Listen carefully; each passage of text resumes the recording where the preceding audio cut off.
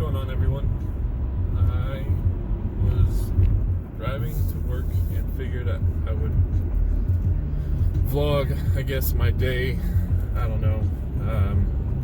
I've always wanted to make a YouTube channel. I just never really felt like I had any content that I could create. I didn't want to force anything, but I wanted to have like a community. I wanted to have something that I could talk to or relate with or reminisce with, all kinds of anything, I guess, that people have with a community. So I figured the best thing I could do is just maybe vlog my drive to and from work. I don't know which one will be more entertaining, if any, but give it a shot. Today I was trying to trade some stock, and I thought I was going to get in on the DoorDash, and I was also watching, the ticker number was AI, I can't remember the name of the company, but they were both IPOs that are launched today, and I was hoping to get on DoorDash. I was looking for around 110 or so, and when I woke up, the alert had went off that the other company, AI, was at like 110, and it was supposed to launch at like 43 or something, really low. So when I saw 110, I'm thinking, okay, DoorDash is launched, let's buy it.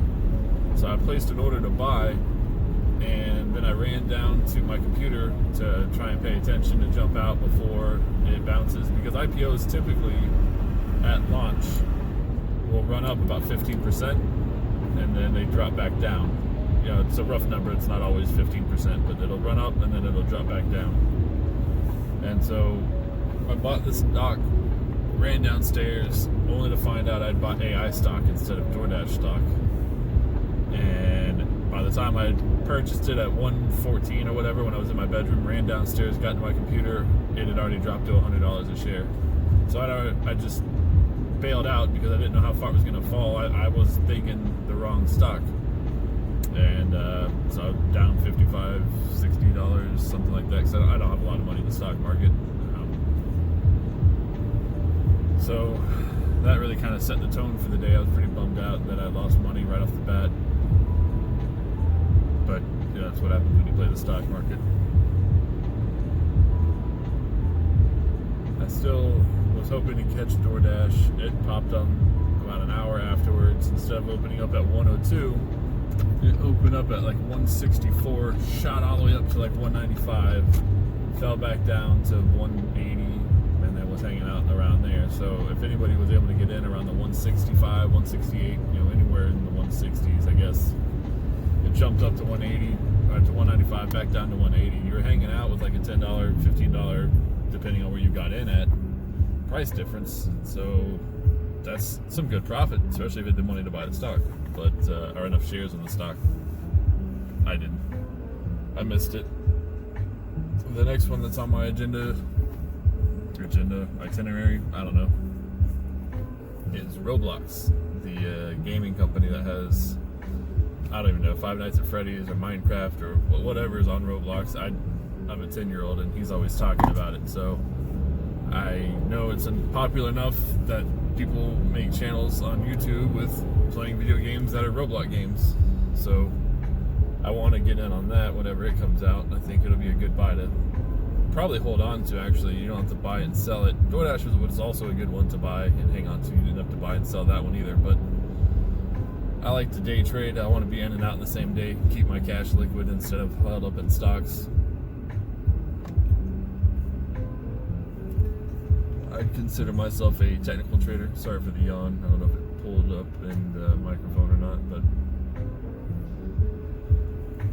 it is what it is. I'm heading to work. I work third shift, and so I wake up at noon, and then I go to work at 5 to be there at 6, and I work till 6 in the morning. So it's a long shift, but pays the bills and leaves me a little money that I've actually been able to play in the stock market. So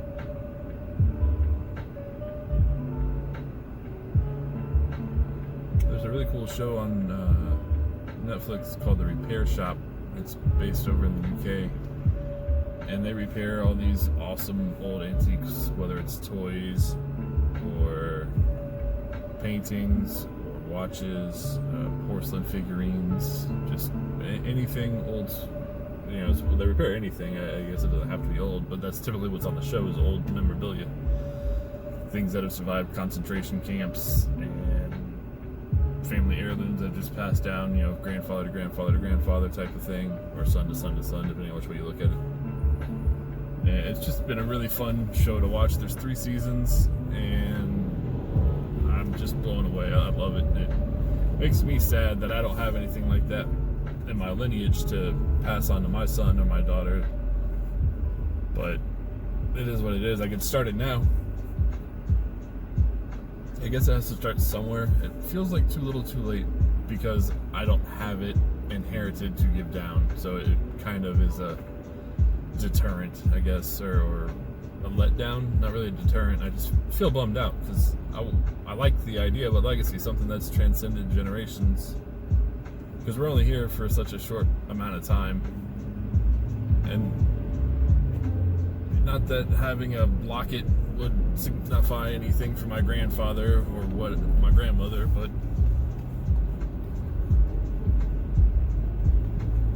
I don't know, knowing that there's a bit of history in it, that somebody had it, cared about it, cherished it enough to want to pass it down, to me just seems really cool. And maybe I'll be able to start something, maybe I'll make something or buy something else as somebody else's. Maybe they didn't have any kids, I don't know, but I'd like to do something for my kids for when I'm gone, unless you believe what Joe Rogan was talking about on the other podcast, where we're not too far down the line from becoming robots or being able to sustain life much longer. I don't know why I keep yawning. I think because I don't talk. Is that what's going on here? Because I don't talk a whole lot, that now I'm just constantly yawning. Or no, you yawn because your body doesn't have oxygen? I don't know. It's my brain. I do weird tangents, so hopefully you guys don't get too annoyed with that. But yeah, I'd like to have a family heirloom thing maybe one day. I think it'd be fun to pass on. If we do get to extend life, then that would be great. I'd like to meet my grandkids or great-grandkids, assuming my children have kids.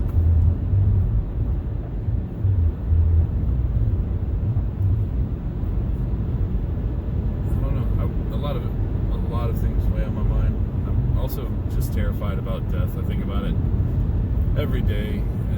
I get triggered easily enough, I guess. I watch a movie or a show, and sometimes I'm fine because horror is one of my favorite genres to watch.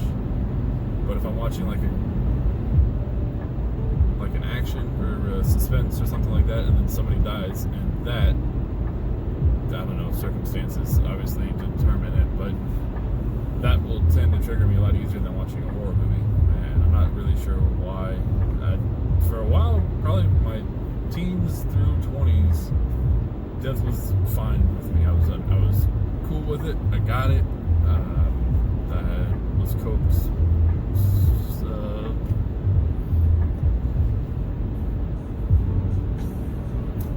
I was coping really well with it.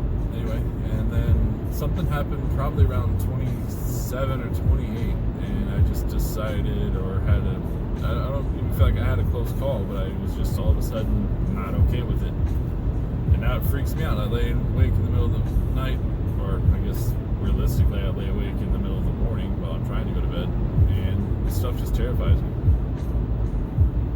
I put my hand on my girl, and I use her as like a honing stone or a loading stone or a grounding rock, basically, and by having my hand on her back or arm or whatever, just touching her gets me rooted. It brings me back to earth. It doesn't really let my mind wander. I just sit and think about how grateful I am for my kids and for my girl and to be alive, and I try and focus on that.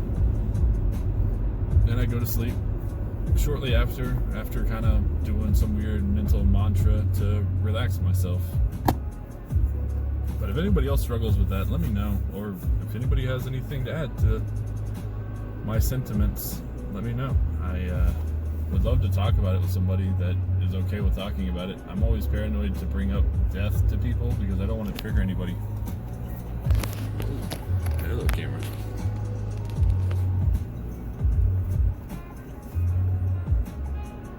still don't want to trigger anybody. I don't want to cause anybody to have anxiety or panic attacks like I do, or worse than I do. That's not fun. It's not fun for me.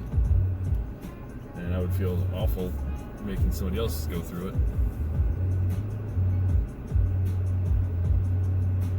But I'd say for the past 5 years or so, it was really rough, and it only amplified more when my son was born about 1.5 years ago.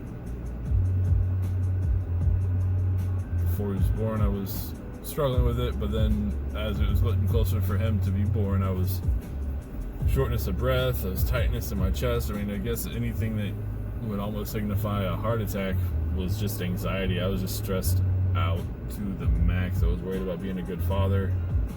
I still am. I was worried about being a good boyfriend, and I still am. I was freaking out because I did everything backwards. You know, we had the kid, then we bought a house. We're not married yet. I can't afford it. I got in the relationship with her with a whole bunch of debt myself from my past, and I felt bad even bringing that into somebody else's life. But we'd known each other for so long, just casually online, you know, how you doing, Merry Christmas, Happy Birthday, stuff like that. And then decided to take a chance one day and meet up and see if it was more than just an internet friendship. You know, and here we are. Kids and house, and I'd love to propose. I don't have the money to propose. I'm sure somebody will say use the money I put in the stock market maybe, but she doesn't want me to do that because it is a passion of mine. I spend a lot of time, or did spend a lot of time, researching stuff and learning things, and I'd love to talk to anybody about stocks and strategies as well, just as a caveat or side note tangent. But you know, she wants me to keep doing my interests and hobbies as best I can, as long as I'm attentive to her and the kids and everything else that goes on. But when I have time, I definitely try to do stock market stuff. And I wanted to start a YouTube channel. I actually have another channel, but it's got 2 videos on it. I'm not really proud of either one of them because I knew in order to get better, I had to put something out there to get the criticisms. So I put up 2 videos. One was a screen capture on my phone, and I don't have an intro. I don't have a really good outro. One of them I didn't even give my opinions on. I just kind of went over a topic to kind of, I don't know, speed up or save time from somebody reading in it, a website or a couple websites. So I really need to go back and record an intro and an outro and put it on those, or just go forward and put it on the new videos that I put out.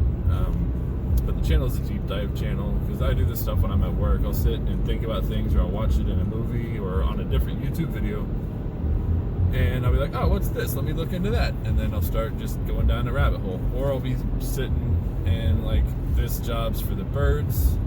I want to make more money, or I want to do something different, or how can I create a side hustle? And I just start researching different jobs. I look up on the internet, you know, what does it take to get this certification? What does it take to get this license? And because I know that pyramid schemes and all these get-rich-quick stuff typically doesn't work. I mean, if you get in early enough, sure, it can make you money, but most of the time, the general person, average person, gets in too late. He gets on his friends, maybe a few coworkers if he's lucky, and that's as far as he gets. Because most people aren't social pariahs that get out there and just beat on doors. Because if you could do that, you'd be a salesman, and you wouldn't be worried about joining a pyramid scheme, basically. So, anyway, I do it all the time. I've done it most of my life, as far as I can remember, with the internet anyway. I really just like to learn things. I look up science stuff because I watch Mark Rober's channels, or Getting Smarter Every Day, I forgot his name. But I watch channels to educate myself. I look up stuff to try and find better employment opportunities, or different employment opportunities. And I figured I could share that, I guess, is the whole rant on it. And I wanted to share that with somebody out there that probably did the same thing, or would like to look up something, just doesn't have the time. Maybe their life is busier than mine. Maybe they don't have the opportunity and access, or whatever the case may be. Maybe they just want to go on the journey with me. So I made this deep dive channel, and I've only put up 2 videos, like I said, but I wanted to make more personal content differently personal content, so that I could leave a legacy. If I can't do anything else, my kids can watch this later, maybe get a piece of my mind, and also hopefully start a community that maybe shares some similar interests and can help me in my time when I'm down, and hopefully I can help you in your time when you're down. Or if you guys have questions, comments, or whatever below, and I'll try and reply to them. This is really a bad video, first video, but I, again, follow the sentiment that the first step is just trying. So as bad as this video might be, I only hope to improve. I hope that there's no bottom. You know, I've yawned 1,000 times, I've stuck in my words, because this is all just stream of thought as I'm trying to drive to work. But I would really like to do this. I'd really like to have a community and people that I can talk to and relate with. People I can talk to and relate with. I like theater. I like most types of music. I'm not a big fan of country music, but I'll listen to pretty much anything else. Theater, not just cinema, but like actual acting. I did that for about 7 years through high school and stuff. I also am into cars, more into imports than anything else, probably from the 2000s and older. I'm a Honda fan and a Nissan fan, but I guess that's what you mean when you're an import fan. I like Dungeons and Dragons. I'm really huge into that. Board games are fun. I like using my imagination, which is also why when I did theater, it was a really good connection, because I had already been doing Dungeons and Dragons, playing Diablo 2, played Doom, Duke Nukem, stuff like that. So it was just a fun childhood. I've often thought about doing a vlog about my childhood, kind of catching up to 2020. I don't think anybody would really care about those videos, and they'd be kind of out of order in the beginning because I don't remember cohesively when things took place. You know, maybe my kids would care. I hope my kids would care one day. But you know, it's one thing to hear a story from your relatives about another relative, but if there's something authentic about hearing it from somebody else. I guess you could think that I'm lying, but I got no real reason to lie about things. I can misremember things, and I guess that's still a lie, but it's not an intentional lie. I'm not trying to deceive anybody. I'm just telling you my story from the best that I remember. Not that it's great or elaborate, just pitfalls and life lessons along the way, things that I've learned. And the biggest takeaway for me throughout life is just try. Not doing it nets you where you're at. You know, I would have never met my girl. I would have never become a truck driver. I would have never become a mechanic. I would have never become a shoe salesman. There's so many other things that if I just let fear paralyze me, or the fear of unknown, or the fear of failing, any of those fears, if I'd have let that paralyze me, I'd have never gone anywhere. I'd have just stayed home with my parents.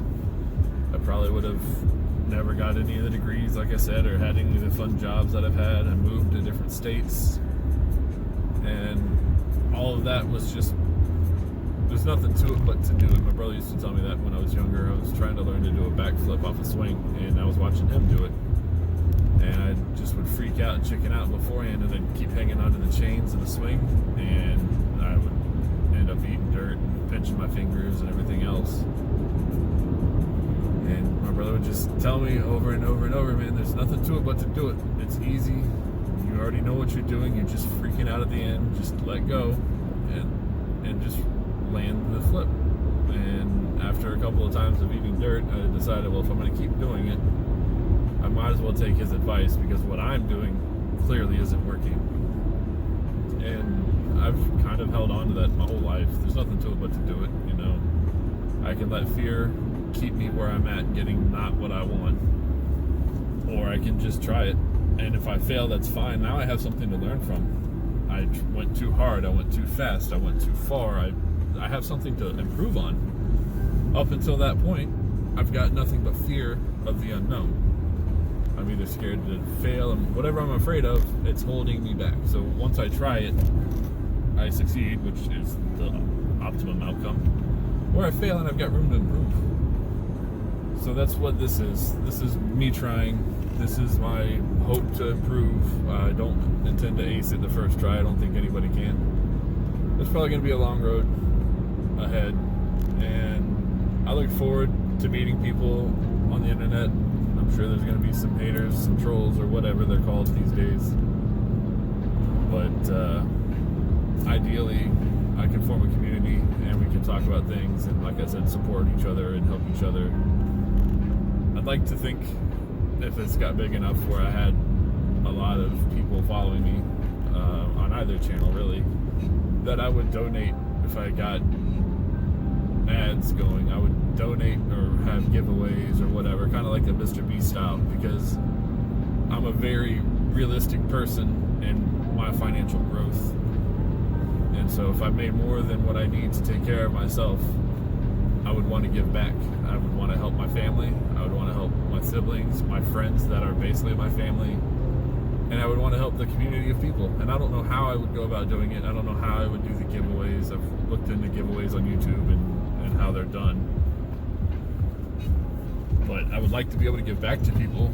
I thought about, just giving away to one person, or maybe smaller increments, $100 to several people, or $500 to a couple, or whatever the amounts are. I'd have to get, I think it's 4,000 hours and 1,000 subscribers or something like that. I don't know what the new requirements are, but it would just be a way to give back. Ultimately, I just want to have a community. I don't really care about the making money part. I'm in a new state, or have been for a few years, but with COVID and my work and life, family life, I've not really made any friends. So I'm just hoping that there are people out there that are like me, that have paralysis of analysis, and they just look into stuff too much and never actually execute anything. I hope there are people out there that kind of have no fear, or have fear, but have the drive to push through it, like I do. Not every time, but often I just push through. Maybe you're a D&D guy or gal, or maybe you go to Comic-Con or do cosplays, and you're in theater. Also, I was in band. I played percussion, marching band. I tried to play bass, guitar for jazz band, but I was terrible. I don't care who you are. These are just topics that hopefully we can talk about. I'd like to get to know you, and I'd like to start something really great here. So if you're interested in my blabberings for the 20 some odd minutes that I drive to and from work, hit the like button, hit the subscribe button. I look forward to talking with you, and I hope you have a great day, and I will try again. Thanks for the criticism. Thanks for the help.